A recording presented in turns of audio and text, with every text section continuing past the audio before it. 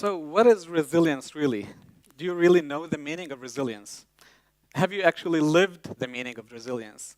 I mean, I could have given you a classical textbook definition of resilience very easily. There could be many books like these that define the word. But I won't take that approach today. I'll give you another way. It's through stories. I have 3 stories to tell, and I hope you really grab something out of them because they have really resembled resilience to me. The first story is about a little boy named Abdu. Abdu was so eager to break away from the cycle of poverty. His father was simply a construction worker, unable to make ends meet. I mean, basically, it was really a harsh living. Abdu thought perhaps education is the way. So he was able to grab an opportunity of attending a school that offered this. But the problem is that the school was quite far. And so he had to walk every day for 2 hours just to go to school and back, around 12 kilometers. And not only that, he also had to carry a load of books. Every single day, day in, day out, from home to school, waking up at dawn and returning at dusk. Not only that, also he had to suffer sometimes from rain that would flood the river, the valley that he had to cross, causing him to delay his return home to come near midnight. But he still continued to do it every single day. And then the moment came when his mother felt she should do something about it. So she saved money and bought him a bike.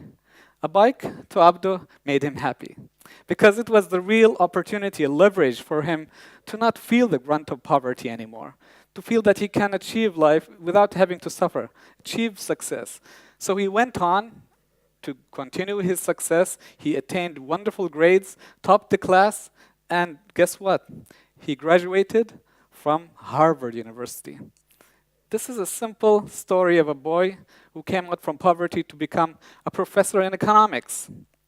And not only that, he pushed the envelope so as he can let others also join his success. So he started a newspaper, letting people understand that there are ways to get through to the public and let them know that they can also succeed. Through the newspaper, he tried to assemble the meaning of resilience by allowing them to see what was wrong in society. Why do you easily give up? What is it that causes social injustice? And he found one of the answers was the government. The government was not keen on providing education, was corrupt, was crooked, and it had many injustices and oppressive acts. But then again, the government reacted to his writings. They tried to hunt him down, intimidate him, threaten him.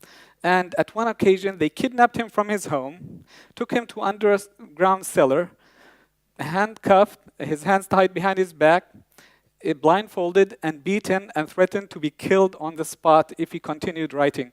What would you do if that situation happened to you? Imagine yourself suffering from this. And the next day, what happened was extraordinary. He published all the things that happened to him underground in that cellar, defying all sorts of threats and the acts of government to try to hold him down. Obviously, this courage and bravery is a good example of resilience, but possibly it also could lead to bigger sacrifices. Unfortunately, Abdu eventually had to be run over by a car. But before that, we want to know why. This is a story, a particular column that he wrote. And look at the title, Thieves Do Not Build Nations. How courageous would you have to be to face a dictator in a country telling him that you are a thief and you cannot build or do not build this nation? And in his last particular paragraph, he mentioned he must see, that is the head of the state, that thieves and crooks do not build nations. It is individuals with integrity who are the great nation builders. And this is the car that hit him. And you can see the mass weight of him had actually damaged the car as well because of the accident. He lost his life, but he left behind a newspaper, memories, a legacy, and a lot of stories to tell and teach our children. I know his legacy will continue because of a simple reason. He had 2 daughters and 2 sons, and the elder son is standing before you today. That's my father.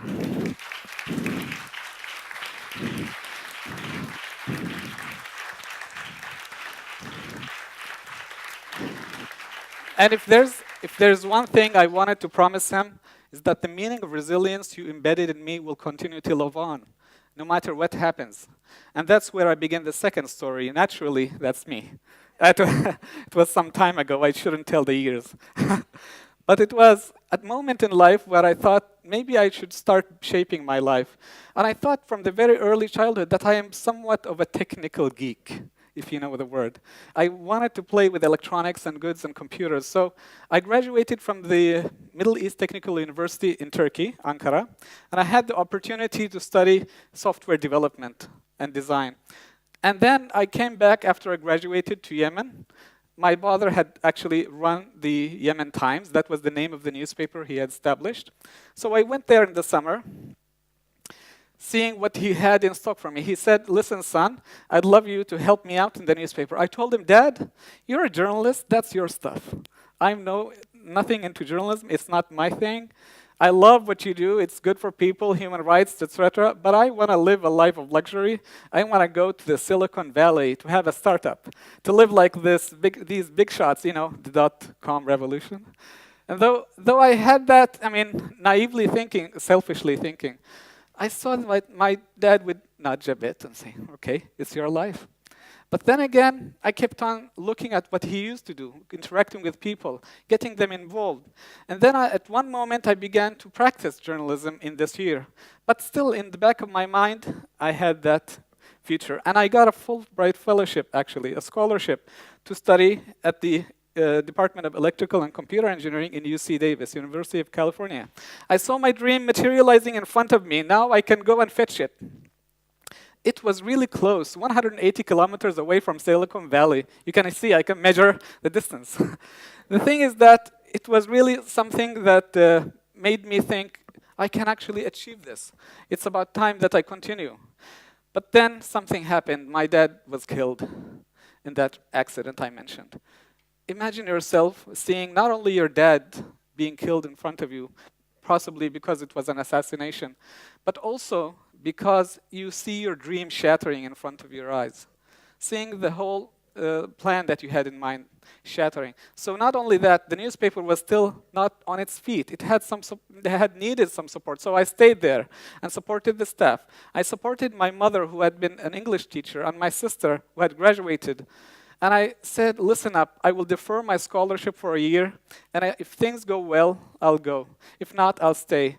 So a year passed, and actually things went well, and I continued. That was my resilience the first time. So first quarter went well. In the last day of the exams, I got a call. And guess what? My mother was in a coma. She had suffered a brain stroke, and it was very serious. My sister was in panic, and the situation was not really looking good.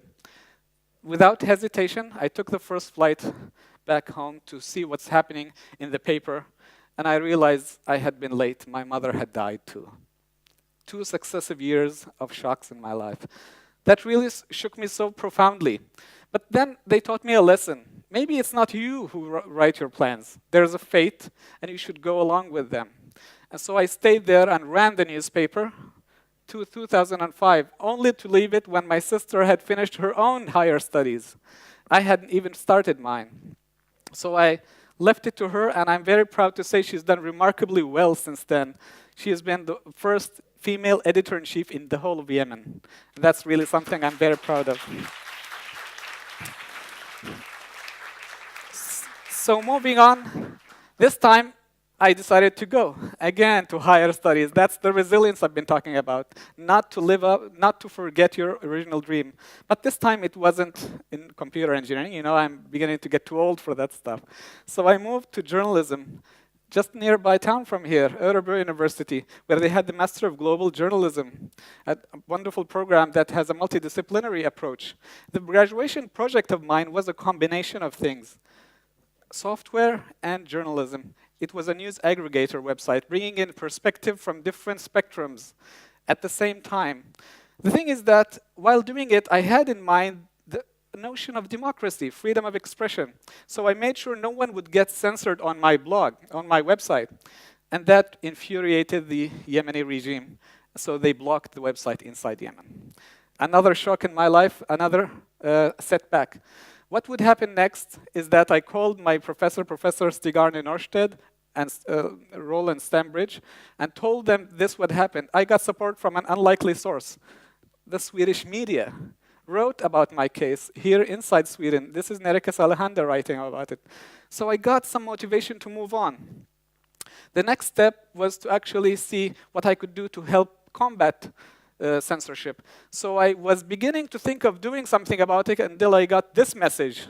My car was vandalized in Yemen. It was a message saying, you know what, this is none of your business, stay away. And I would imagine in my head the government saying, oh my God, we got rid of the father and now the son is coming to trouble, make things, and cause us trouble. So the issue is that I felt inside that there is a reason for me to be there. And this is the moment I should decide either to fight back or stand still. So I fought. And not only did I fight for the rights of people to access my website, I developed software to help people around the world circumvent censorship. And this is the name of it, Al-Qasr, meaning the circumventer. So at moments I would like to thank this regime because it helped me out, it explored my inner abilities, my strengths, and come out with something that would help the world. I should send them a thank you message at a later time. The thing is that this was also used internationally at the Arab Spring, and I sometimes feel I've been part of it, so if you like it or not, I have a hand in it as well, because the software was used by Egyptians, Syrians, Iranians, and many people in the region to access censored content. The thing is that this was important because it helped people understand that it's your right to gain access to information wherever you live in the world. And it had to be homegrown from us, from Arabs, from Arab activists. I mean, my university would see me doing this and say, oh, this is the activist in our department, actually. So that was my story, and it's still going on. And I'm doing groundbreaking research, understanding what is censorship online. And it's been a great privilege to be a TED Fellow, an awardee, and an ICANN Fellow, and many opportunities have opened. So this shows us when you really are resilient, it does pay off. The last story is about a little kid. This is a girl named Layla. She is about just to get into her 3rd year, but she suffers from Apert syndrome, a syndrome that causes a genetic disease, rare genetic disease, that causes malformations in the hands, feet, and mid-face area. She can't breathe normally. She has a tracheostomy planted. Within 2 years of her first 2 years, she had to go through 8 surgeries. Imagine yourself having to go through 8 surgeries. One of them was actually planting a metallic plate inside your skull and using the screws to open it and expand the skull while you're just a few months old. This was a surgery that actually happened by the hands of brilliant surgeon, Dr. Daniel Nuversky, here, about 2 kilometers from here, actually, at the Uppsala University's hospital. But it showed me that every day she kept on getting something like this. She smiled the other day. I couldn't believe it. This is really something that is built in us, from the childhood to adulthood until we die. That resilience that she showed to me was something that will always stay in my heart. The thing is that she will always have issues with her skeleton. It's not possible to totally fix those issues.